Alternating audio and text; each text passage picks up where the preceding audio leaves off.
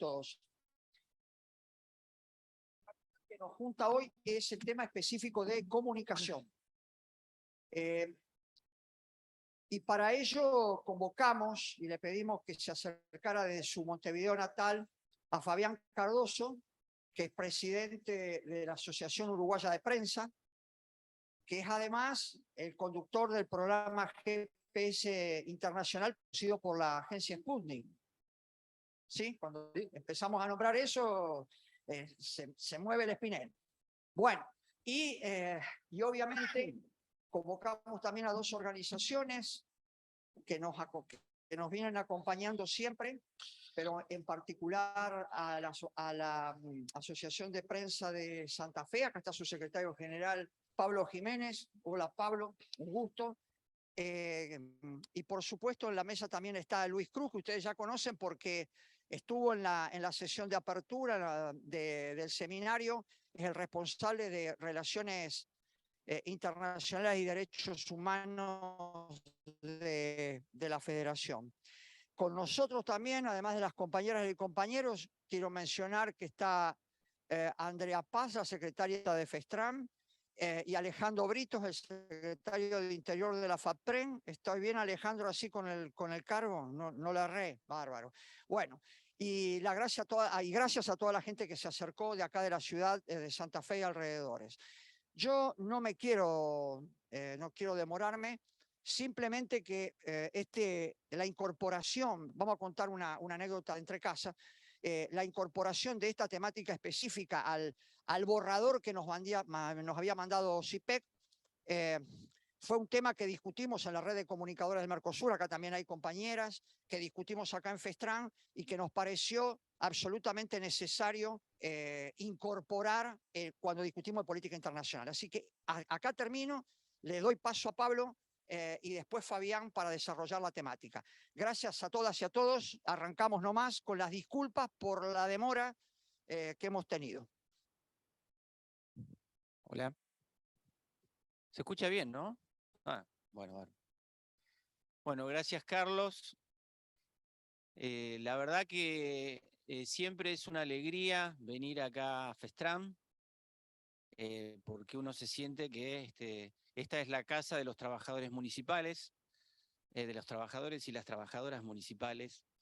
Así que siempre es un placer, una alegría y un inmenso honor que nos inviten, poder participar de las actividades que generan, porque en este tiempo también en el que desde la derecha, desde ciertos discursos, se intenta imponer un modelo de individualidad, un modelo del emprendedurismo, del salvate vos solo, un modelo en el que se invita a nuestros jóvenes, a nuestros chicos, a que cada uno la juegue por sí solo. El rol de los sindicatos y el rol de los trabajadores y trabajadoras de manera colectiva es fundamental, ¿sí? No es casualidad que hoy seamos dentro de la esfera de la política y del protagonismo en nuestro país, uno de los sectores más cascoteados, ¿sí? Cascoteado por la derecha, cascoteado por los grupos de poder, los sectores económicos y también por los medios de comunicación, ¿sí? Porque sabemos que los medios de comunicación, y fundamentalmente los medios de comunicación hegemónicos, son parte de ese entramado económico, político, que juega sus intereses y que nos tiene en estos últimos tiempos como un eje a destruir, ¿sí? Sin ir más lejos, hace poquito el expresidente Macri, el lamentable presidente Macri, que hizo tanto daño a nuestro país, que ahora sigue recorriendo la ciudad de nuestra inmensa Argentina como si no tuviera responsabilidad en nada de lo que pasa en este momento en nuestra nación. apuntó directamente a una de las cosas que ha apuntado a destruir a los sindicatos. Está en sus discursos permanentemente y como objetivo tiene fundamentalmente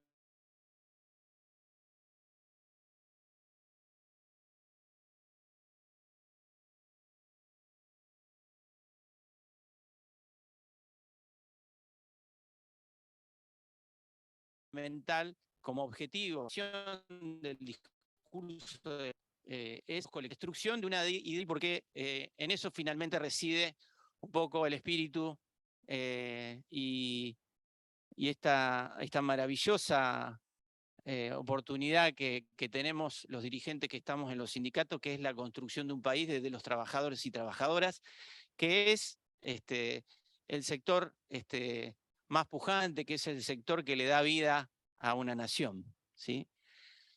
No es casualidad y por eso siento enorme alegría de estar acá, de poder participar, de poder de alguna manera acercar la voz desde nuestro trabajo como sindicato, vuelvo a decir, en un sector como es los medios de comunicación, que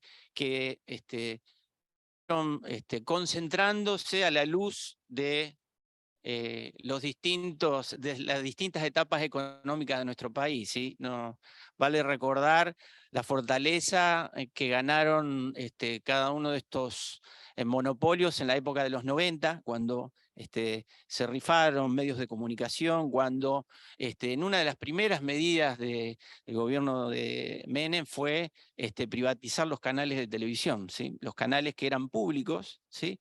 Se privatizaron. Y no es casualidad que cuando asume Macri, una de las primeras decisiones de gobierno fue destruir la ley de servicios de comunicación audiovisual. ¿Sí?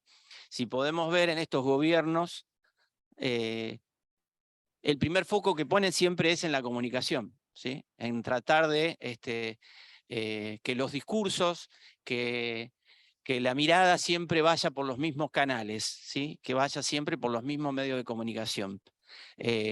Bueno, para nosotros, la destrucción de la Ley de Servicios de Comunicación Audiovisual fue un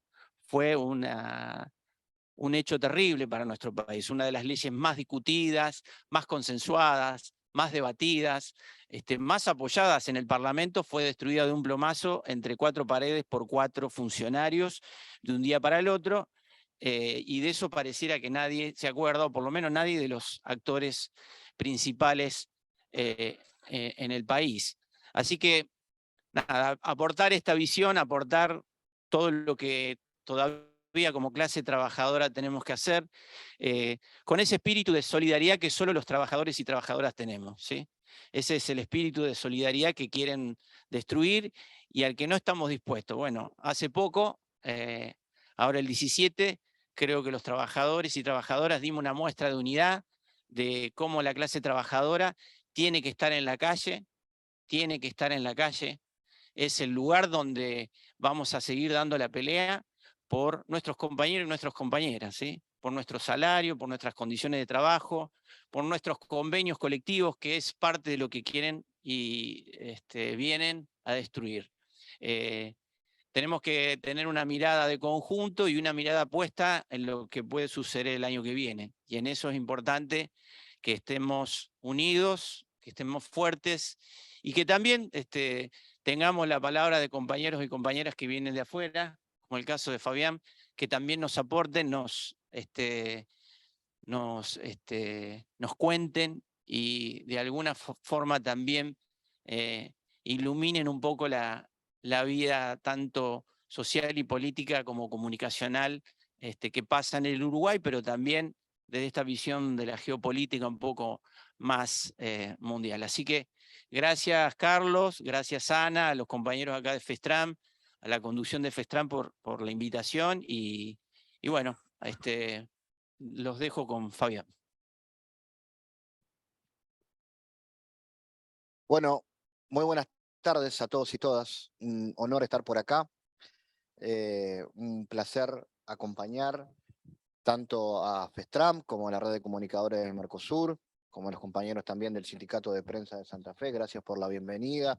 Hoy tuvimos un muy lindo intercambio de esos que hay que tener sobre nuestra realidad, la que compartimos como hermanos de esta patria grande que intentamos construir diariamente, y también como trabajadores en crisis permanente, que somos los trabajadores de prensa.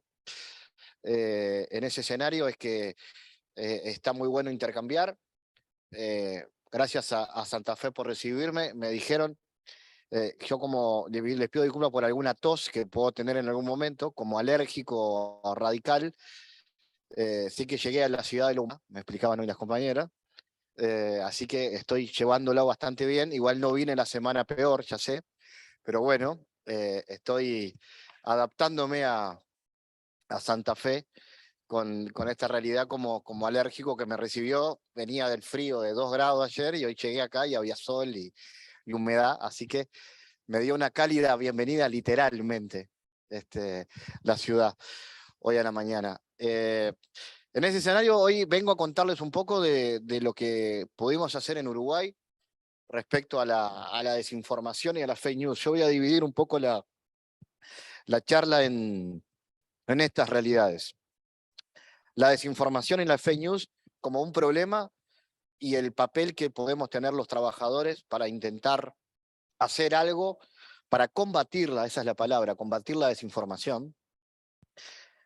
Lo que pudimos hacer en Uruguay, que es un país muy raro, donde la gente se puede juntar a hablar de cosas y ponerse de acuerdo, donde es muy curioso, pero les voy a contar cómo un pequeño sindicato de trabajadores, hoy me contaban la cantidad de afiliados que tiene esta federación, y que seguramente tenga también la Organización de Periodistas de Santa Fe. Yo les cuento que siendo APU, la Asociación de la Prensa Uruguaya, un sindicato no chiquito, chico pero no chiquito, andamos en 2000 afiliados, porque Uruguay es nada. Somos, Pepe Mujica dice, somos un barrio de San Pablo. Somos 3 millones de uruguayos, 1 millón vive en Montevideo.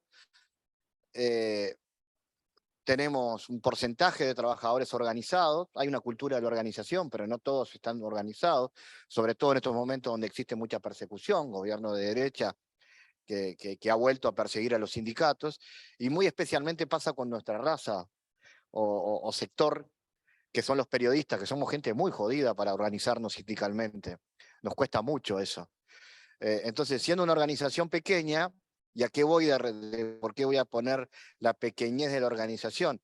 Porque la fuerza de la organización nos permitió plantear algo como lo que le voy a contar ahora, que es un pacto contra la desinformación, que una pequeña organización de trabajadores le plantea a todos los partidos políticos del Uruguay que se podían juntar en una mesa, lo hicieron, fuimos al Palacio Legislativo, en nuestro Congreso, y desde nuestro lugar les dijimos, señores, hay que dar una señal. Las fake news, las noticias falsas, las campañas de desinformación son un problema, vienen bajando del mundo, arrancaron en Inglaterra con el Brexit, bajaron por Estados Unidos con el amigo Trump, gran protagonista de la desinformación, vinieron a América Latina, estuvieron en Brasil, donde Jair Bolsonaro es un producto de las campañas de mentiras y desinformación, pasaron por Argentina, y vaya si el macrismo supo utilizar las noticias falsas para generar inestabilidad en este país, y llegaron a Uruguay, porque somos un país donde todo llega tarde, pero llega. Y llegó la campaña de la desinformación y teníamos que hacer algo, y lo planteamos hacer desde nuestra organización de trabajadores. Y ahí le voy a contar lo que hicimos en el 2019. Y luego vamos a plantear la desinformación desde un punto de vista global, porque hoy la desinformación es un problema global y afecta mucho a los periodistas que trabajamos, por ejemplo, para medios rusos. Destacaba Carlos que, bueno, yo además de estar como presidente de la Asociación de la Prensa Uruguaya y trabajar en la televisión pública, trabajo para la agencia de noticias Sputnik. Por lo tanto, soy uno de los tantos estigmatizados de que por trabajar para un medio ruso somos prácticamente agentes de Kremlin, donde vamos a repartir el mensaje del gobierno ruso cuando ese es nuestro trabajo. Nuestro trabajo es dar información. Pero el poder mediático, para estigmatizar y para destruir un discurso contrahegemónico que claramente presentan los medios rusos, nos estigmatiza como agentes informativos del gobierno de Rusia. Así dicen las cuentas de Twitter de varios. Esta es nuestra campaña que comenzó en el 2019 y ahí les voy a contar un poco en lo que andamos. Ponemos ahí para mover la presentación. Esta campaña se hizo en el 2019 y en abril del 2019 y contó de 3 patas el combate a la desinformación. Le planteamos a los partidos políticos un pacto ético contra las fake news. Le planteamos a los periodistas que para entender el fenómeno teníamos que capacitarnos y para eso planteamos una serie de talleres. Planteamos a la sociedad que teníamos que tener un eficaz método de verificación para detectar noticias falsas. Esas 3 patas nos permitieron posicionar el tema de la desinformación como hasta el momento no estaba presente en el Uruguay. Ese es nuestro sindicato, el que le estamos mostrando, la Asociación de la Prensa Uruguaya, la APU, integrante de la central, el PIC-CNT y pequeñita organización de trabajadores.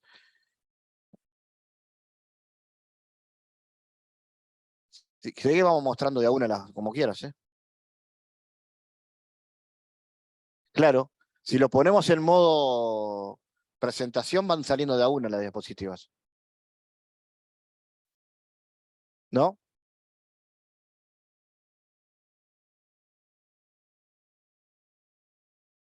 Si no, va mostrando de a una al costado y bueno, vamos saliendo de a una. Es otra forma. No es la misma, pero eso no lo puedo hacer yo, creo, ¿no? Así puedo. Poneme la segunda. Ahí estamos en la segunda, ¿no? Bien. Vamos a definir el concepto de fake news, lo primero. Para la Relatoría de la Libertad de Expresión, la campaña de desinformación es la diseminación masiva de información falsa que se hace sabiéndose de su falsedad y con la intención de engañar al público o a una fracción de él. ¿Qué significan las noticias falsas? Son informaciones basadas en datos inexistentes o distorsionados, difundidos online o en los medios de comunicación tradicionales. Esto es muy importante porque la desinformación empieza en las redes sociales. Empieza en Twitter, empieza en Facebook y sobre todo, y vamos a hablar del caso Brasil, empieza en WhatsApp. Porque WhatsApp es una red muy cercana. A vos te llega un mensaje de un familiar y vos decís, esto no puede ser mentira, me lo mandó mi novia, mi novio, mi padre, mi hermano, mi primo. No me puede estar mandando información falsa. Y ahí es donde empieza el problema, porque se empieza a diseminar la información falsa por redes de contacto y ahí es donde está la responsabilidad del periodista, que es, no podemos amplificar lo que llega de cualquier red porque lo convertimos en noticia y estamos haciendo un mal a la democracia. Y después le vamos a mostrar que no es solamente a la democracia, porque no solamente en las campañas electorales hay noticias falsas, también, por ejemplo, en la salud. ¿Cuál es el riesgo? Convertirnos en actores involuntarios de la difusión de opiniones sectarias o infundadas que ponen el acento en reforzar estereotipos y prejuicios y revelan así la presencia de actitudes intolerantes. Otro concepto que se ha instalado mucho hoy y que es fundamental instalar, los discursos de odio. Las fake news pueden provocar y provocan discursos de odio. Y atrás de los discursos de odio viene la violencia. Por lo tanto, las fake news pueden matar. No solamente cambiar un resultado electoral, sino también pueden matar, porque generan violencia. Y la responsabilidad de los trabajadores de la comunicación es sacar de circulación eso. Dice el Papa Francisco, ¿qué se puede hacer contra las noticias falsas? Promover un periodismo de paz, sin fingimientos, hostil a las falsedades, a eslóganes efectistas y a declaraciones altisonantes, aprender a no ser divulgadores inconscientes de la desinformación, sino activos en su denuncia. Esto lo dijo Francisco, un especial interesado en el tema de la desinformación, que varias veces ha hablado, ahora está hablando de los discursos de odio, pero ha hablado de las noticias falsas. Esta frase la tomé de él porque es parte también de alguien que se ha expresado sobre el punto. Nuestro papel, los periodistas somos actores fundamentales para combatir las noticias falsas. Es fundamental que conozcamos las herramientas que nos permiten identificarla. Utilizar información fundamentada y compartir contenidos confiables. Ahora, ¿es un fenómeno nuevo las noticias falsas? No, ahora lo que pasa es que tienen nombre. Sabemos que se llaman campañas de desinformación, pero históricamente existieron. Inventar noticias para engañar no es nuevo, pero Llegaron las redes sociales, las difunden más rápido y entre más gente. Además, se pueden presentar de una manera tan similar a las noticias reales que no es fácil distinguirlas. Y ahí también hay un trabajo del periodismo, que es ayudar a verificar esta información, trasladarle a la gente herramientas, se llama alfabetizar, para que detecten las noticias falsas. Porque pueden tener efectos dañinos en nuestra vida, como les digo, han afectado procesos electorales, pero también ha provocado que personas dejen de vacunar a sus hijos, y esto fue muy claro en las primeras discusiones sobre las vacunas, todo lo que circulaba en las redes, que las vacunas iban a generar no sé qué, y que había toda una movida que existe, que ustedes la vieron acá, se habrán tenido mediáticamente, y en Uruguay también, una movida antivacuna que puede ser muy respetable desde el punto de vista, pero cuando hay argumentos, cuando se trata simplemente de diseminar información falsa sin ningún tipo de criterio, no es respetable, y la tarea de los medios es no amplificar, provocando que personas dejen de vacunar a sus hijos y han generado hechos de violencia, claramente. ¿Por qué nos preocupan? Porque fortalecen prejuicios y estereotipos, limitan la capacidad de decidir, pueden manipular procesos electorales y pueden elevar los niveles de polarización de una sociedad. Las noticias falsas, las campañas de desinformación, dañan a la democracia, al respeto por el otro, la inclusión, los derechos de las minorías y el pluralismo. ¿Qué cosas tenemos que saber cuando detectamos una información por internet que nos genera dudas? Bueno, ¿quiénes son los que publican esta información? ¿Actualizan tu página? ¿Se las puede contactar? ¿Tienen una dirección para comunicarse con ellos? ¿Quién es el autor de la noticia? ¿Es real? ¿Sobre qué otro tema se informa? ¿Es confiable la fuente de la cual estamos sacando una noticia? ¿Qué busca el título? ¿Solo impactar? ¿Está vinculado con el texto? Habrán visto más de una vez títulos absolutamente amarillos, llamativos, que lo que buscan es like, ¿no? Que uno ponga me gusta o que se sienta llamado a viralizarlo. Bueno, sospechar, siempre sospechar. Si el título solo busca impactar y se vincula con el texto, alerta que podemos estar claramente ante una campaña de desinformación. ¿De qué género es? ¿Es una noticia? ¿Es un contenido auspiciado? ¿Cuál es la intención de esa información? ¿Qué dicen las otras fuentes? ¿Qué dicen otros medios sobre el mismo tema? Mínimo mecanismo de verificación. Si otros medios nos dicen lo mismo, ¿no nos estarán manipulando? ¿No nos estarán buscando engañar? ¿De cuándo es? ¿Menciona la fecha? ¿Es actual? ¿Aporta algún hecho nuevo? ¿O solo refrita algo que sucedió y le busca dar una vueltita para decir que esto sucede ahora, pero en realidad no lo hace? ¿Es humorística? ¿Es una sátira o broma que busca provocar risa? ¿Es una cuenta parodia? Hay 1000 cuentas parodias. ¿Y saben la cantidad de gente? Yo sé que saben. Que cae en las cuentas parodias creyendo de que se trata de una información real. Y en realidad es alguien que lo que busca es manipular un tema generando una cuenta parodia o un fake, como se dice. ¿Cómo presenta sus ideas? ¿Qué evidencias utiliza? ¿Menciona otras fuentes? ¿O se trata de la verdad revelada, publicada en una página web, que intenta decirnos que esa es la información y nada más? ¿Hay imágenes o videos? ¿Son reales? ¿Han sido manipulados?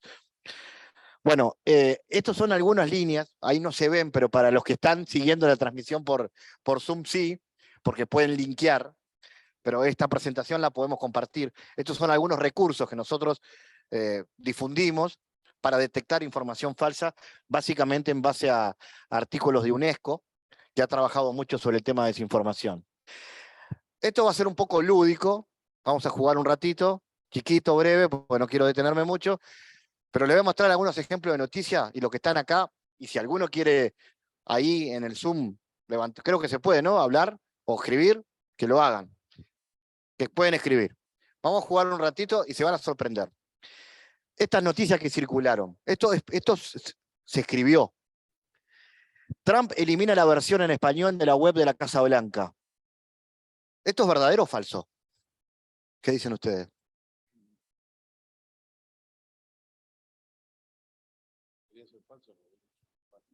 Bueno, ¿hay mayor votos por falso? Árboles se queman solos en Dubái al alcanzar el termómetro a los 63 grados. ¿Verdadero o falso?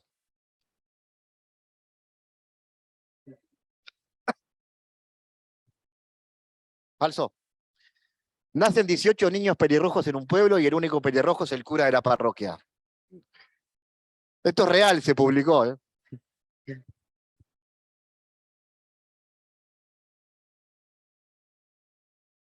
Donald Trump, que lo vamos a tener hoy, no, es un invitado que trajimos a Santa Fe.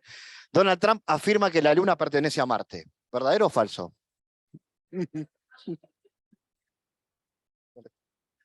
Sigo rápido porque si no, no. Despedida de una mujer, fue despedida una mujer que defecó en la mesa del jefe tras sacar la lotería. ¿Verdadero o falso? Pueden voten, ¿eh? Las papas fritas de McDonald's, una posible solución a la calvicie. Todo esto fue publicado, ¿eh? Son noticias. Feminista redacta su tesis sin utilizar la letra O. Descubren un mosquito que te puede dejar embarazada con una sola picadura.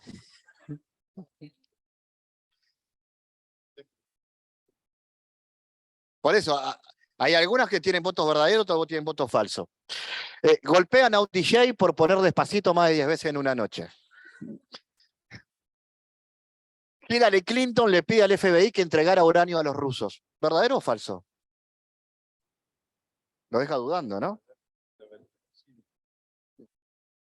Ya después lo vamos a contar. Pero sí que lo deja dudando y más de uno dice verdadero. Una mujer finge ser ciega durante 28 años para no saludar a la gente. Un pueblo de una isla de Noruega quiere abolir el tiempo y vivirá sin horarios ni relojes. Yo veo gente buscando la información. Están buscando a ver si es verdadero o falso. Por si no lo intuyeron, todas estas noticias son falsas. Todas. Pero circularon en internet y en redes sociales. Todas estas son fake news. Todas. Pero es tan claro el nivel de manipulación que nos deja dudando. Te llega un link de este tipo, te voy a decir, ¿pero esto será verdad? Y lo que hay que hacer es salir a buscar, a detectar la información. Todo esto es falso. En la del pueblo de Noruega, voy para atrás, sí, ahí.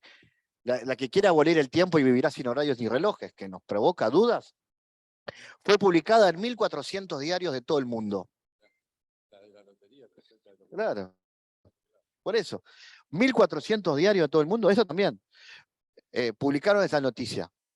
Llegó un momento que yo decía, pero si 1.400 diarios de todo el mundo publican esto del pueblo de Noruega, todo debe ser así. Y en realidad un mecanismo de verificación nos permitió detectar que eso no es así. Era una fake news, que no jode a nadie lo del pueblo de Noruega, pero hay muchas que sí. Entonces, esos son los riesgos de la diseminación de información falsa. ¿Qué hicimos nosotros? 3 pilares de nuestra iniciativa. Un pacto ético del sistema político contra la desinformación, la primera de nuestras tareas, la capacitación de los periodistas y la instalación de un mecanismo de chequeo de información. Eso es lo que planteamos desde APU en el año 2019 y que logramos instalar en la sociedad. La campaña se lanzó en el Palacio Legislativo, ahí estoy, acompañado de Enrique Iglesias, ex secretario general iberoamericano, que fue el padrino de la iniciativa. Un fenómeno, un tipo, digamos, no viene de la izquierda, no viene de los movimientos populares, viene más bien de los sectores conservadores, pero muy interesado en tener una mejor cultura democrática. Nosotros le llegamos siendo un sindicato, viniendo de la central sindical, con todo lo que eso implica, estigmatización y demás, y aceptó la propuesta y se convirtió en el padrino y permitió que la Universidad de la República y que varias organizaciones se sumen a esto. Ahí está el padrino, ahí al lado está un representante de la universidad y el director de Naciones Unidas en Uruguay. Eso es lo que pudimos lograr. Esta es la firma de todos los partidos. Este texto fue consensuado por todos los partidos, otra rareza uruguaya. En nuestro sindicato convocamos a los presidentes de todos los partidos, consensuamos un texto que básicamente dice que los partidos se comprometían a no utilizar las noticias falsas como herramienta en la campaña electoral, y lo firmaron todos los partidos, izquierda y derecha. Muchos me dicen, ¿será posible esto en Argentina? yo sé que es bravo. Pero hoy Carlos me decía algo que me llamaba la atención positivamente y esto te toca a vos directamente. ¿Qué pasa si se plantea hacer, por ejemplo, empezar una experiencia a nivel provincial? Puede ser esta la provincia o puede ser otra. Pero, ¿qué posibilidades tiene una organización de trabajadores del periodismo de plantear una situación de estas, que es un aporte a la democracia, perdón, en, por ejemplo, esta otra provincia y tratar de llevarlo a nivel nacional? Luego se vino la capacitación de periodistas. La APU inició la segunda etapa con instancias de capacitación, expertos de Argentina y Brasil. En realidad tuvimos una conferencia con Chequeado, que nos dio algunas herramientas de verificación, y con Brasil, con otras organizaciones, ahí sí más cercanas al movimiento popular, que nos permitieron también. En Brasil hay una red que se llama Comproba, que es una red de verificación de información. La actividad fue apoyada por Naciones Unidas y por la Fundación FESUR, y se propusieron herramientas. Breves comentarios, así puedo seguir adelante. ¿Qué hay que hacer? Tómate un minuto y piensa, no te creas la noticia ni compartas el texto de inmediato. ¿Te causó una reacción emocional muy grande? Desconfía. ¿Confirma alguna convicción que ya tenías? También desconfía. Desconfía e investigá. ¿La noticia está pidiendo que creas en ella o muestra por qué desconfiar? Cuando algo es cierto, es probable que cite fuentes, que incluye enlaces y que cite documentos oficiales, porque producir un reportaje, como acontece en los eventos, toma tiempo y exige profesionales calificados, o sea, exige periodismo, exige un eficaz trabajo del periodismo. Leer la noticia entera, no solo el titular, averiguar la fuente, buscar en Google, buscar los datos que se citan, verificar el contexto, preguntarle a quién mandó la noticia, de quién la recibió, ¿no? Te la mandó tu hermana, pero ¿quién te la mandó? ¿De dónde llegó? ¿Lo sacaste de dónde? Porque esa es la primera víctima. La segunda sos vos y la tercera sos a la que le mandaste vos. Y ahí empieza una cadena en la que no salimos más y nos convertimos en viralizadores de información falsa. ¿Recibiste una imagen que cuenta una historia? Bueno, hay herramientas de Google que te permiten verificar eso. ¿Recibiste un audio, un video con informaciones? Pensá en números. La noticia cita cifras de investigaciones. Buscalos, a ver si tiene sentido eso que se dice. ¿Qué podemos hacer también? Fortalecer la cooperación entre Estado, agentes, privados y sociedad, buscando soluciones colectivas, buscando mecanismos de corregulación. Hoy hablábamos también, las plataformas se autorregulan, pero nosotros podemos plantear corregulación, o sea, entender, exigirle más bien a las plataformas que esas regulaciones las hagan con nosotros, las hagan con las organizaciones de trabajadores y con los movimientos sociales. Hay que elaborar una propuesta de regulación inteligente, adecuada al entorno digital y democrática, para proteger a los usuarios de las plataformas. Y sobre todo exigirle a las plataformas que se hagan cargo de lo que generan también. El camino es riesgoso y complejo, pero solo será recorrido con más y no menos información y con derechos. Esta es una batalla permanente y toda la sociedad debe estar comprometida porque está en juego la democracia. Bueno, esos son nuestros socios para lograr esto. Como ven, algo muy diverso, desde Naciones Unidas hasta la Central Sindical, el PIC-CNT, la Universidad de la República y todos los partidos políticos. Y ahora quiero que compartir el video, es uno de los videos que tenemos por ahí, que dice lo mismo, pero en realidad me permite respirar un poco y contarles en algunos minutos cómo fue, cómo generamos la campaña y cómo también luego la replicamos con el tema de la pandemia, cómo hicimos una segunda fase ahí.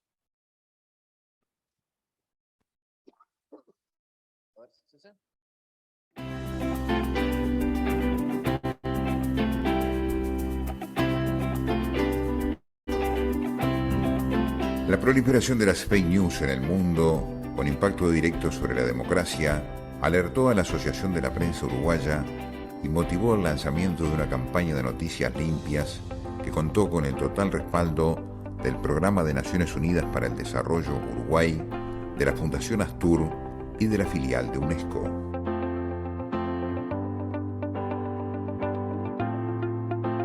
Era un hecho inédito a nivel mundial El viernes 26 de abril de 2019 se firmó el pacto ético de todo el sistema político uruguayo contra la desinformación, promovido por la APU. No es un pacto entre periodistas y políticos. Los periodistas seguiremos teniendo nuestra función y seguirá siendo la misma, la de informar los hechos tal como sucedan. El pacto es del sistema político, que deberá autorregularse, apoyado en esta iniciativa que parte de nosotros, de la clase trabajadora que siente que este es uno de sus compromisos. Celebramos la firma de este pacto ético y invitamos a todos los actores a sumarse a esta campaña, la que consideramos un paso importante para el Uruguay en un camino que sin duda demandará otras estrategias complementarias para seguir elevando la calidad del debate político y fortalecer la democracia.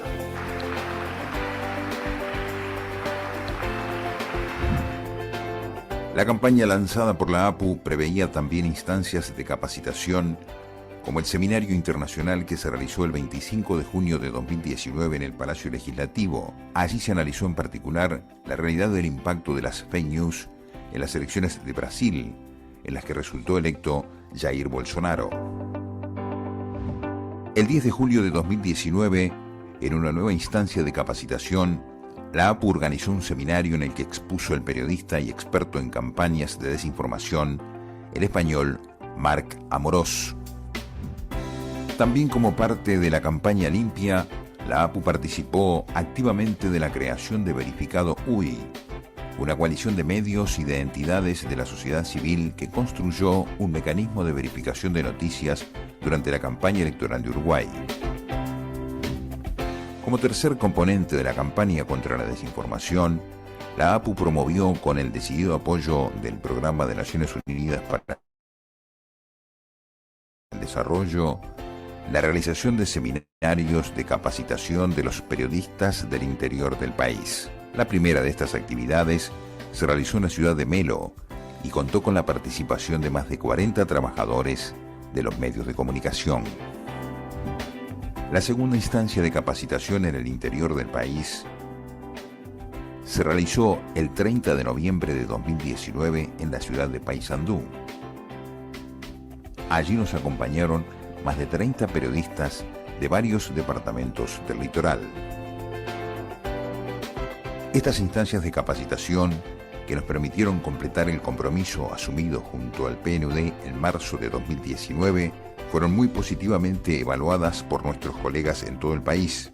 Este compromiso se mantiene intacto y nuestro objetivo, y el de la representación del PNUD, es reiterar esta actividad en al menos 2 nuevas instancias regionales de capacitación este año. Este 2020 nos encontró en todo el mundo con el enorme desafío de informar sobre la pandemia del COVID-19 y en este marco las fake news sobre cuestiones de salud se convirtieron en una segunda pandemia.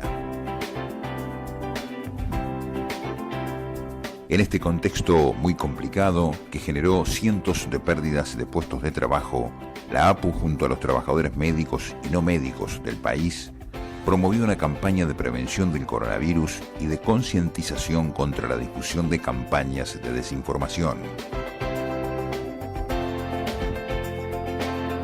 En medio de la emergencia sanitaria generada por el COVID-19, la APU insistió en la necesidad de mantener su lucha contra la desinformación y compartió entre todos los trabajadores de los medios de comunicación una serie de recomendaciones para contrarrestar la pandemia de fake news que afectó y afecta a Uruguay y al mundo. Y en esa lucha nos comprometemos a seguir. Bueno, es eso. Nos comprometemos a seguir y esto es parte de eso, ¿no? Contarles de qué se trata, contarles cómo se hizo. Obviamente la cultura cívica del Uruguay, siempre destacada y de la cual nos enorgullecemos cada vez que salimos, que cruzamos la frontera, permite este tipo de cosas, pero también lo permite la militancia, porque acá alguna de esas cosas la hicimos con pequeñitos fondos que nos aportó un fondo de Naciones Unidas, pero la hicimos con horas de trabajo y de militancia de esa pequeña organización que nos permitió esto. Pequeñitos milagros, ahora estamos pretendiendo instalar lo mismo con el tema de discursos de odio. Ayer, antes de salir, tuvimos una reunión de vuelta con Naciones Unidas, y mañana mis compañeros, el lunes mis compañeros, que yo no voy a estar porque voy a estar volviendo de Buenos Aires, se van a reunir empiezan la reunión con los partidos políticos, y vamos a plantear el tema de discursos de odio, que es un pasito más allá de la campaña de desinformación, pero que también es un tema del cual debemos trabajar, y que no les voy a decir que acá, porque lo tienen todos claro, que mediáticamente hay una responsabilidad brutal de los periodistas y que es muy claro, que es absolutamente tangible que los discursos de odio pasan por los medios de comunicación. Muchas veces empiezan en las redes y salen hacia los medios, y de los medios bajan a la sociedad, ¿no? Pero también pueden empezar en los medios. Yo miro mucha tele argentina y tengo claro que muchas veces los discursos de odio pueden empezar en los medios de comunicación, y es un riesgo brutal. Un apartado, porque no sé cuánto tiempo más tenemos, Carlos, un poquito más. Vamos al otro tema, porque hablamos de desinformación y hablamos de estigmatización, y también hablamos de discursos de odio, y está la responsabilidad de los periodistas en no amplificarlo. Y después está el tema de cómo a veces se estigmatiza y se trabaja el odio hacia los periodistas. Y eso lo vivimos algunos de los que tenemos responsabilidades, por ejemplo, trabajando para medios de Rusia.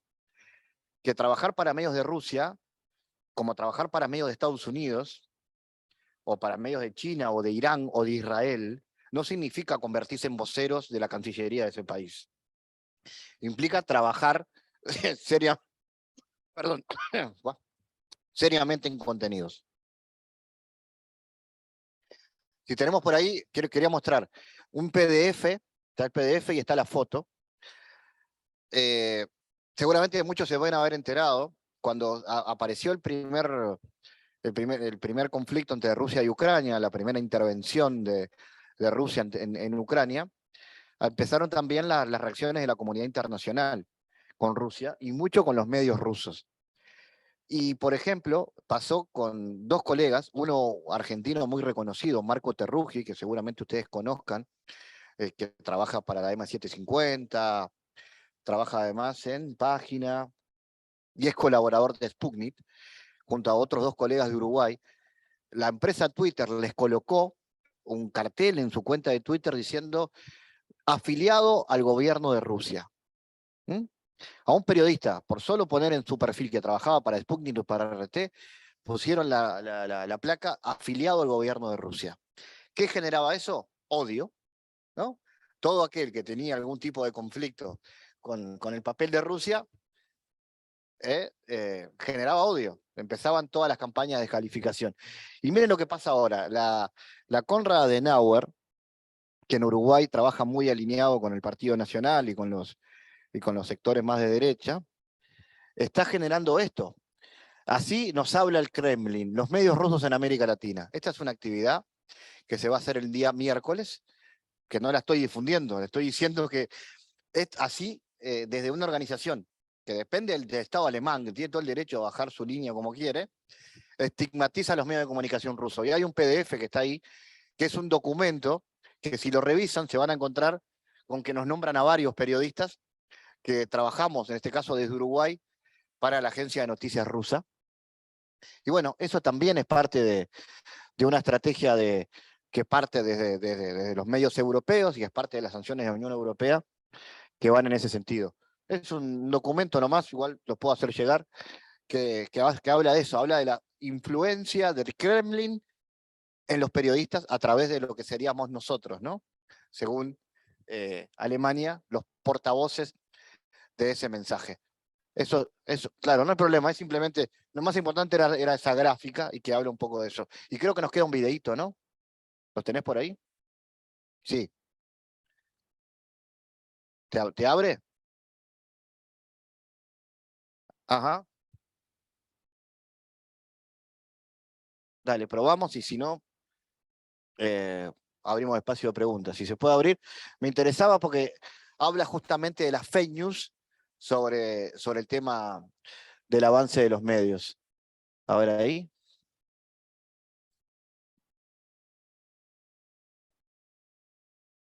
¿Te abre el link? Probamos el link. Esto es un informe que salió en la televisión y que da cuenta de de las noticias falsas sobre los medios rusos y sobre concretamente esta situación que se está viviendo. Nadie está de acuerdo con la guerra, nadie es propagandista de la guerra, pero las cosas tienen explicaciones y tienen contextos. Entonces, en ese sentido es que también, bueno, es clave cómo también desde las agencias internacionales se presentan muchas veces cuestiones que tienen que ver con campañas de desinformación. ¿Te pega ahí? ¿Acá?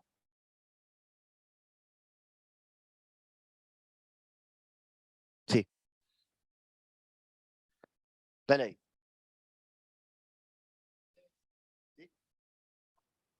Hola, soy Lucas, el fundador de comparencasa.com. No es este, ¿eh? ¿Qué es comparencasa.com? Esto creo que es la un publicidad, sitio ¿no? que te ayuda a ahorrar en el seguro de tu auto.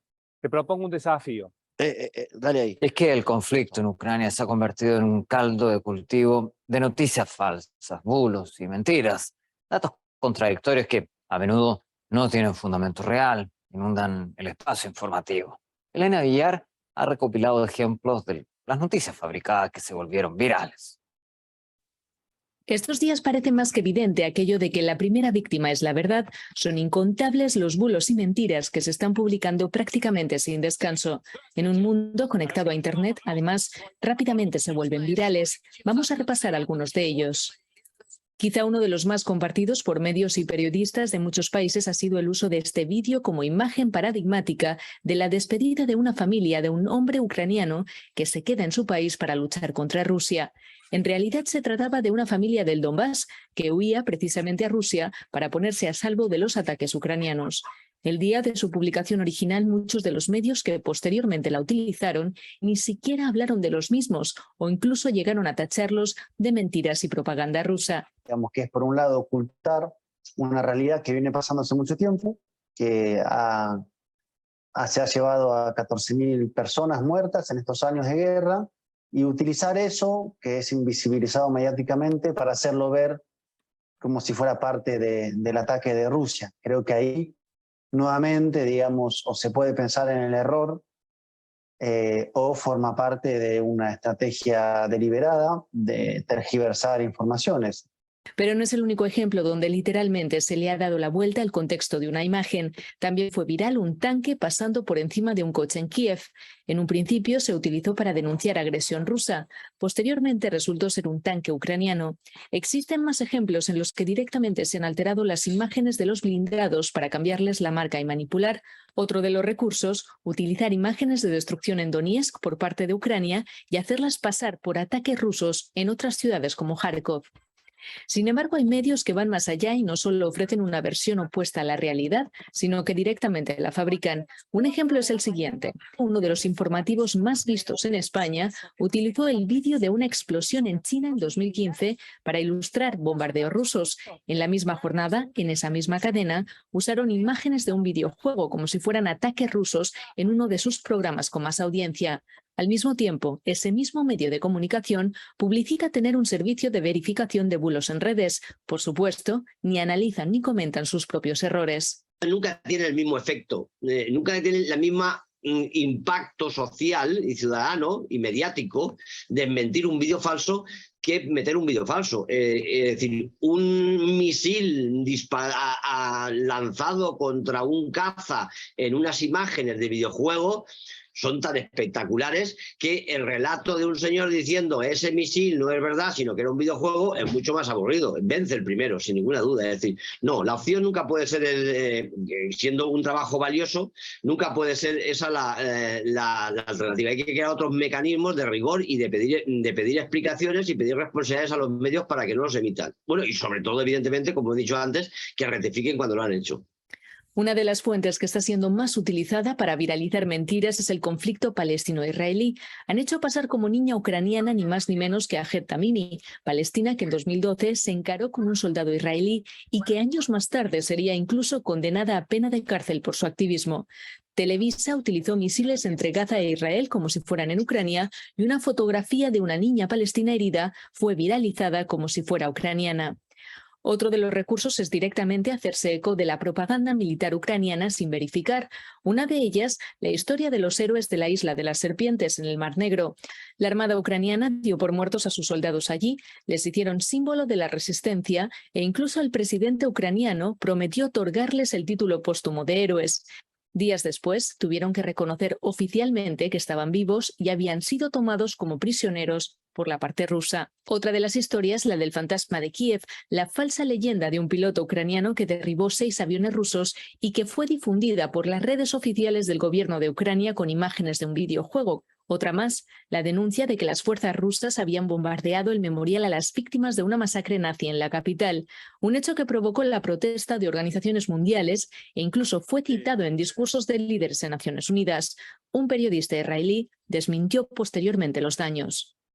Otros bulos que Miss Ucrania se unió para combatir en el ejército utilizando como prueba una fotografía de una combatiente con una bandera siria o de la propia Miss portando un arma airsoft, la imagen de unos niños saludando desde una carretera con la bandera ucraniana como si fuera actual y circula sin control ni contexto desde hace años, o la fotografía de una joven portando un arma en un autobús como si fuera ucraniana, cuando en realidad es una modelo rusa que publicó La Instantánea hace 2 años. Para hacernos una idea, solo en una web de verificación de bulos española han detectado más de 60 relacionados con Ucrania en tan solo unos días, según la red de verificadores internacionales a la que pertenecen y que opera solo en algunos países. Donde más han encontrado ha sido en España, India y Turquía. Tan solo la punta de un iceberg de mentiras que en muchos casos se han exacerbado con la connivencia incluso de grandes medios de comunicación. Elena Villar, RT, Estados Unidos. De eso se trata. Recién mi compañero acá me decía que lo primero es eso nomás, que lo primero que muere en la guerra es la información, la verdad. De eso se trata. Esto es parte de las campañas de desinformación.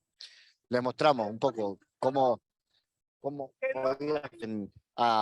al Uruguay, que de alguna manera es afectarnos a nosotros como pueblos, pero también cómo la desinformación es utilizada en los momentos más jodidos de la humanidad, que son los conflictos bélicos, y cómo se utiliza y cómo se hace desde este caso, desde el poder, ¿no? Esa es un poco la idea, y con ese concepto, ¿no? La desinformación no solamente afecta a lo electoral, sino que también mata o puede matar. Y por eso tenemos que combatirla haciendo lo que nosotros, del lado de los periodistas, sabemos hacer, que es informar y hacerlo con la mayor veracidad posible. Gracias todos y todas, y quedo a la orden para conversar, intercambiar. Nos hacemos acá, además los que estén por ahí, ¿no? ¿Hay alguna pregunta, Carlos? Hola. Las preguntas vía chat, por favor. Y gracias a los que están reconociendo la presentación, Fabián. Bien. ¿Hay alguna por ahí? Algún compañero que dice en el conurbano se podría hacer a nivel municipal. Tomaron ¿El pacto? Sí.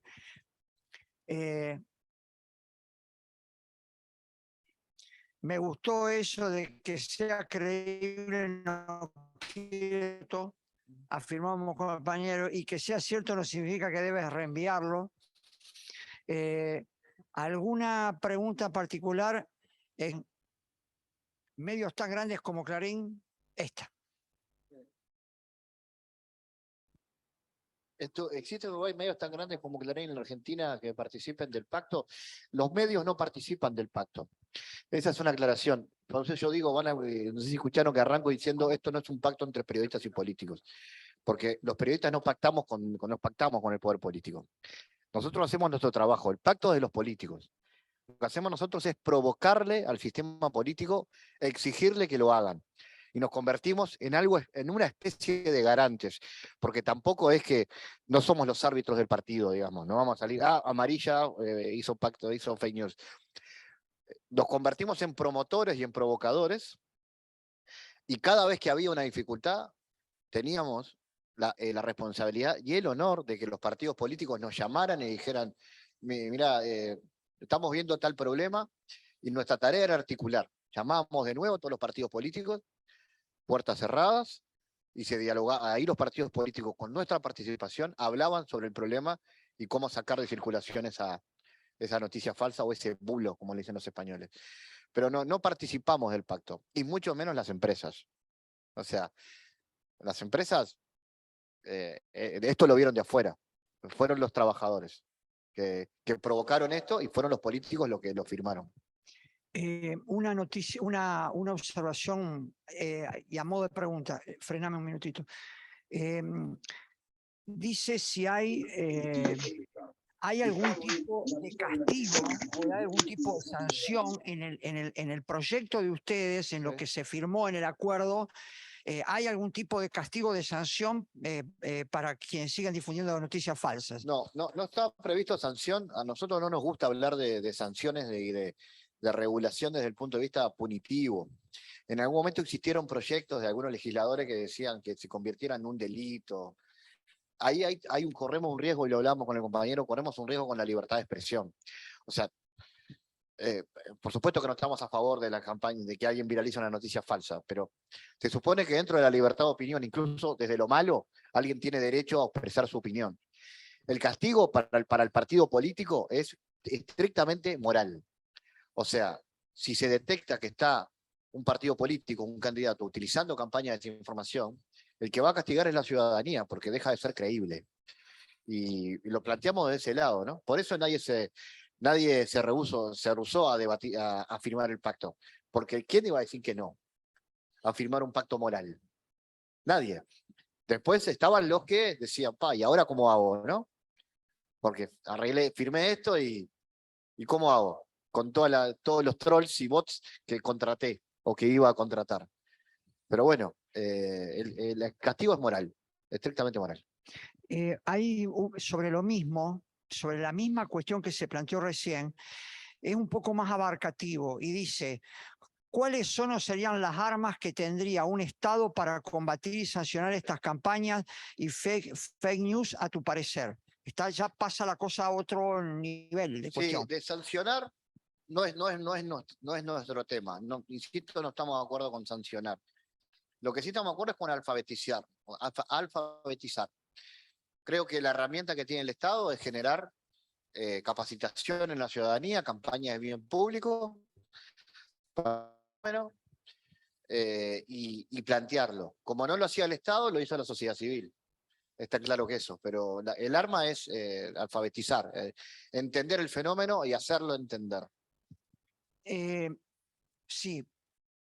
¿Vos querías hacer una pregunta?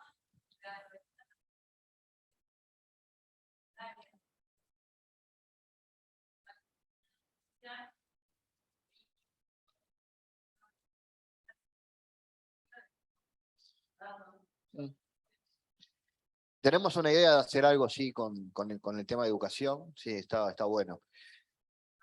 Sí. Y los chicos y los adultos mayores. El riesgo está ahí. En las primeras y en las últimas generaciones. Con los adultos mayores, el gran tema es que muchas veces les llega información a través de WhatsApp, por ejemplo, o lo ven en Facebook y ya creen que es real y lo replican, se lo mandan a alguien de su familia, y como se lo mandan, o al revés, alguien de su familia se lo manda a un adulto mayor y como me lo mandó mi nieta, ¿cómo no va a ser verdad? Y no hables se convierten en propagadores. No hables sin micrófono porque los demás no escuchan. Y se convierten en propagadores. Sí. Claro. Pero es un dato, ¿eh? Es un dato de que en Brasil, Bolsonaro utilizó eso a través de las iglesias, donde va mucha gente mayor y lamentablemente, sin estigmatizar, pero de un nivel sociocultural bajo, absolutamente manipulable. Parte de la estrategia de Bolsonaro, o gran parte de la estrategia de Bolsonaro, era entrar por ahí. ¿Se acuerdan lo del kit gay que supuestamente distribuía Fernando Haddad, el candidato del PT, que decía que distribuía un kit para convertirse en gay, ¿no? Con esa visión exageradamente conservadora de Bolsonaro, por no decirle fascista. Y eso lo replicó y lo convirtió en un hecho de la campaña electoral. Sí.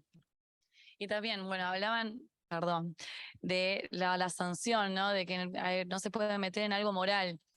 Pero, por ejemplo, lo que vimos en el video de Rusia y de Ucrania. Eso tampoco tiene sanción porque estaba comprobado de que en noticieros pasaron noticia falsa y ya no entra en algo moral, sino desinformar, que son profesionales que están haciendo mal su trabajo. Que yo sepa que hay intentos en algunos países de iniciativas legales para criminalizar informaciones, pero no estoy al tanto de que exista una ley aprobada.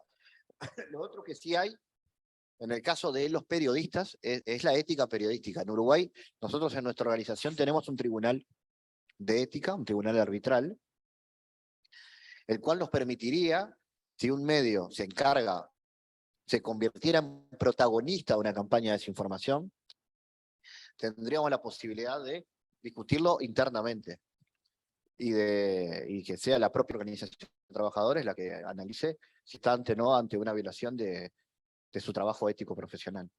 Eso es más interno, pero es una posibilidad, es una herramienta.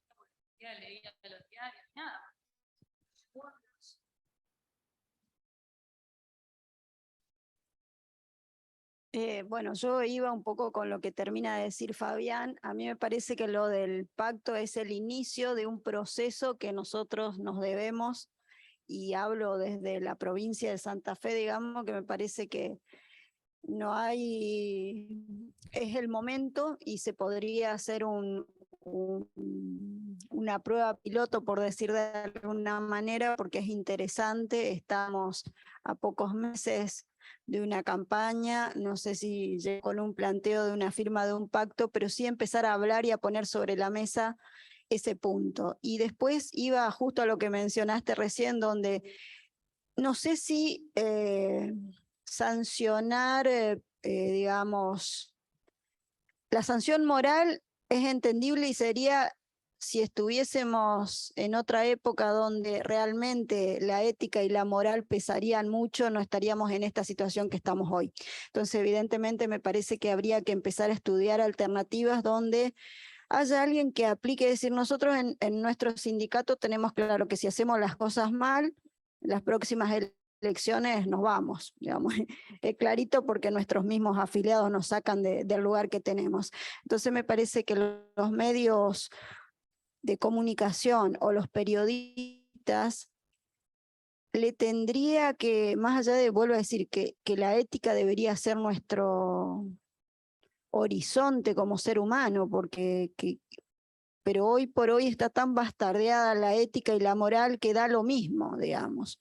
Entonces me parece que habría que articular de alguna manera algo que sancione, no digo meterlo preso, porque estaríamos hablando de quitar, digamos, la posibilidad de la libertad de prensa, pero sí me parece que empezar a pensar alternativas que por lo menos en el mismo plano de la ética y la moral los exponga. Es decir, a ver, Carlos, por poner un ejemplo, miente en la información que baja de FESTRAM. Y bueno, yo tengo que salir y exponer, entonces todos van a saber que hay alguien que no está haciendo las cosas bien. Entonces, mi pregunta es, ¿cómo se avanza después del pacto en algo que le genere, digamos, algo que piense si va a mentir la próxima vez que va a dar una información falsa? Sí. Vos sabés que el pacto sirvió para eso.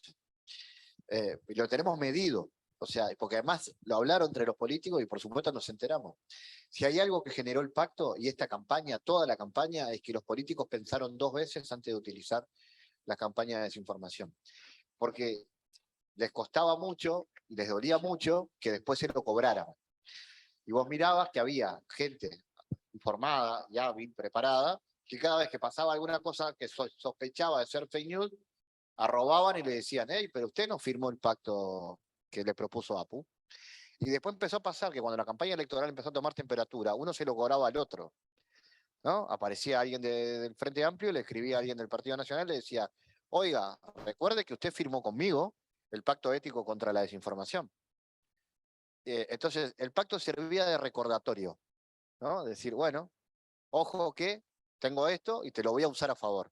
Y eso, que era una chicana, para nosotros era fundamental porque nos permitía detectar que lo que habíamos inventado servía para algo. Antes de darle la palabra a Luis, que había pedido, y después a los compañeros atrás, quiero tomar dos cositas acá para no dejarlas colgadas. La primera cuestión es que uno de los compañeros o compañeras que participa, ahora se me pasó en el listado, planteaba precisamente esto que se dijo recién, era el después de ese pacto, ¿no es cierto?, cómo había, digamos, qué es lo que había pasado con los periodistas, digamos, que es un poco esto que se está discutiendo. Lo otro, Fabián, digamos, no es una pregunta en sí misma, sino es un análisis de lo que vienen planteando la gente. Evidentemente, este tema de la sanción, qué características, si sí o si no, está dando vuelta todo el chat de esta charla, ¿no? Estas dos consideraciones nada más. Perdón, y que alguien dijo una cosa que quedó picando también, el sitio chequeado también es para estar alerta. Fíjense quién lo financia, ¿no? Por las dudas. Luis. Sí, ¿qué tal? Buenas tardes a todos y todas, los compañeros y compañeras que están de manera digital. La pregunta mía acá al compañero Pablo, vinculado a lo mismo que venimos conversando, pero es que si él nos puede dar un pantallazo de cómo se maneja eso en Argentina y si la ley de servicio de comunicación audiovisual, la ley de medios,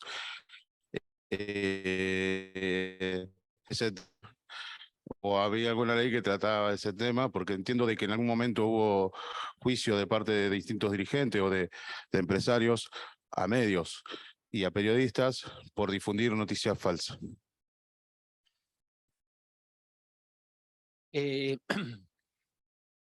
No, la ley de servicio de comunicación audiovisual, que no es una ley de medios, sino que es una ley de servicios de comunicación solamente audiovisuales, no incluye a los diarios, contempla lo que es la Defensoría del Público, ¿sí? Pero no va en el sentido de sancionar a periodistas ni sancionar alguna de estas situaciones que estamos describiendo acá. Sí, que la Defensoría del Público ha trabajado en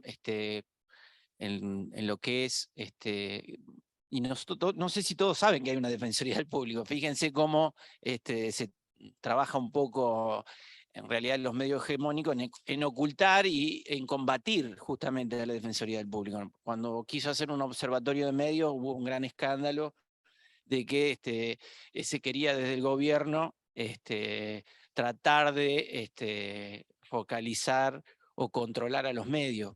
Primero que la Defensoría Pública no es del gobierno, sino que es justamente el nacido de una ley, ¿no?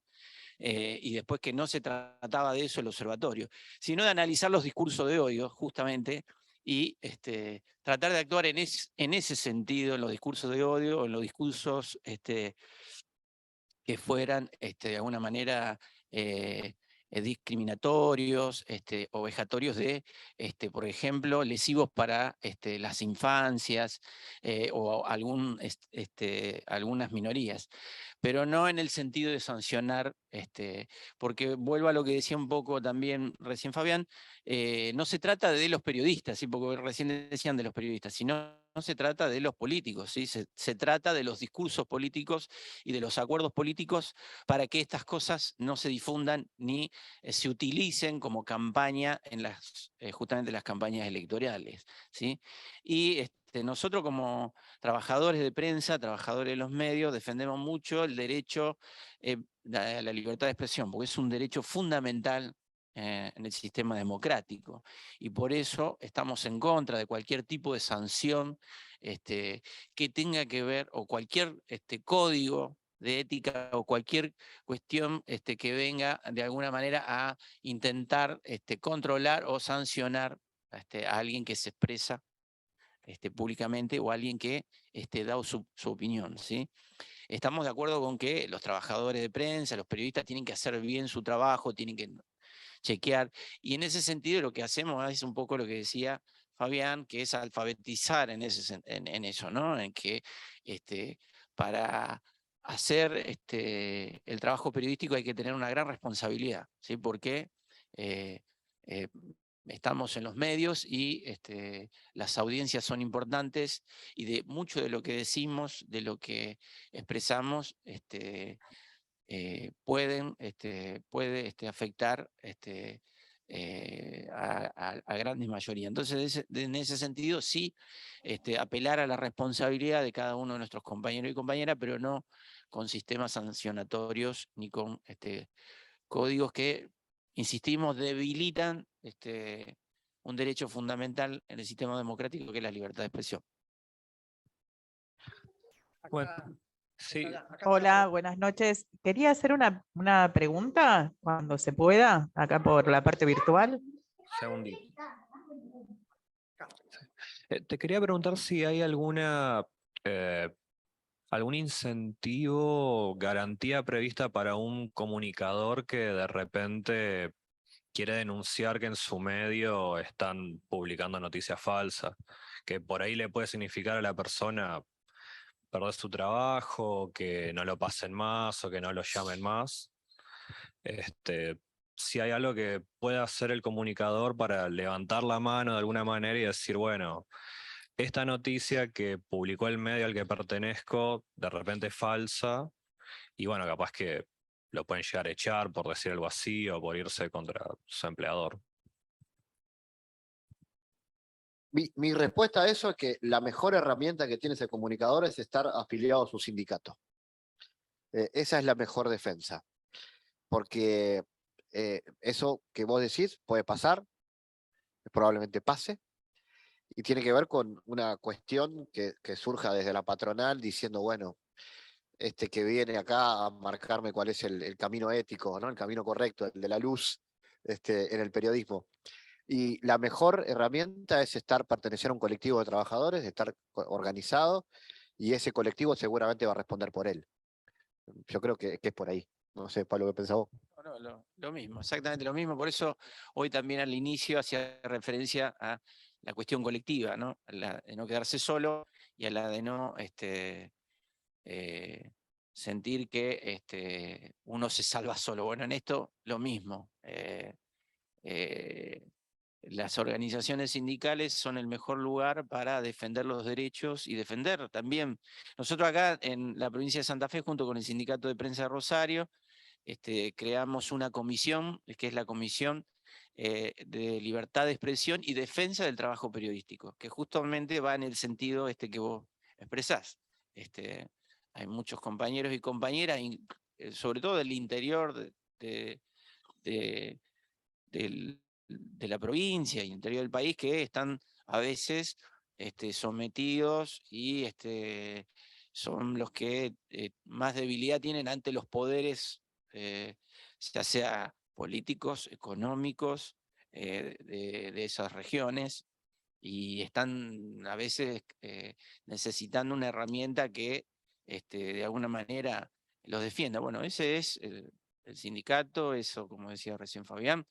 La mejor estrategia y la mejor herramienta es estar en un colectivo que en este caso para nosotros es el sindicato. El mecanismo que usamos es escribir en el chat, pero hagamos una excepción con la compañera que pidió, para así vamos cerrando.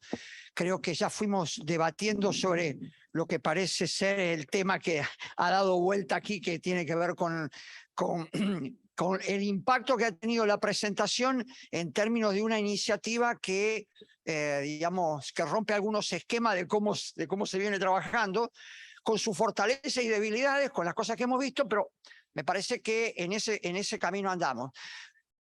Te dejamos a vos la última pregunta. Bueno, muchas gracias, Carlos, por la excepción. Y bueno, la primera pregunta es si el compañero uruguayo le cebaron ricos mates, si pudo probar los mates de acá de Santa Fe, que seguramente sí. Al margen, sí, al margen de eso, nosotros acá en Santa Fe no estamos colegiados, nosotros no tenemos una colegiatura como periodistas. Quería preguntarles si eso en Uruguay sucede, si ustedes están colegiados. Nosotros tenemos el sindicato de profesionales de la prensa, y bueno, en estos días precisamente están iniciando luchas por la precarización laboral, inclusive en el canal del Estado. Respecto de lo que vos decías, quiero rescatar solamente algo que me pareció muy prudente y muy cierto, que es que el periodismo no pacta, porque muchas veces la gente nos mata al mensajero, ¿no? Como siempre dicen, no es el que mata al mensajero. Y sí me preocupa mucho la ausencia del espíritu crítico que hay en nuestras audiencias, porque arroga toda la responsabilidad siempre a los medios de comunicación y muchas veces no tenemos que olvidarnos que las personas se exponen a los medios de comunicación a los que adhieren ideológicamente. Prueba de eso es que nosotros estamos en este contexto de charla de FESTRAN y recibimos permanentemente ese tipo de mensajes. Coincido, por supuesto, en que son formadores de opinión y somos formadores de opinión, pero que también de nuestra parte podemos iniciar campañas de comunicación y que no tiene que ser la censura ni ninguna cuestión que pene la tarea del periodista en la solución, sino que esto, como decían ustedes bien claro, lo hacemos en conjunto. Así que bueno, muchísimas gracias y excelente la exposición, un gusto escucharlos. Listo. ¿Alguna consideración más, Fabián? Sí, sobre el tema del colegiado, en Uruguay no existe la colegiación de periodistas, no tenemos. Y tenemos, insisto con las curiosidades orientales, un único sindicato, ¿no? Una única organización a nivel nacional, que es la Asociación de la Prensa Uruguaya, que tiene sí dirigentes en varios departamentos, y cumplimos una doble función, que es sindicato, manejamos toda la parte sindical, paritaria y demás, y también esta parte profesional y de libertad de expresión. Por lo tanto, trabajamos ambas áreas, como me mencionaba Mario también, que aquí sucede en Santa Fe, es una responsabilidad doble, pero viene por ahí, pero no es un colegio. Y de hecho no tenemos esa modalidad en Uruguay, por lo tanto como sindicato tratamos de todo el tiempo de estar como bolero de un palo a otro, ¿no? Entre lo sindical y lo profesional, tratando de atender todos los temas. No, bueno, más que nada agradecer la presencia de todos los compañeros y compañeras, a los compañeros y compañeras que están de manera virtual, agradecerle la presencia, a quienes se encuentran acá en el complejo institucional de FESTRAM, como los compañeros y compañeras del Consejo Directivo de FESTRAM, invitarlos a la próxima actividad. También muchas gracias, Fabián, muchas gracias, Pablo. Un gusto estar con ustedes hoy aquí.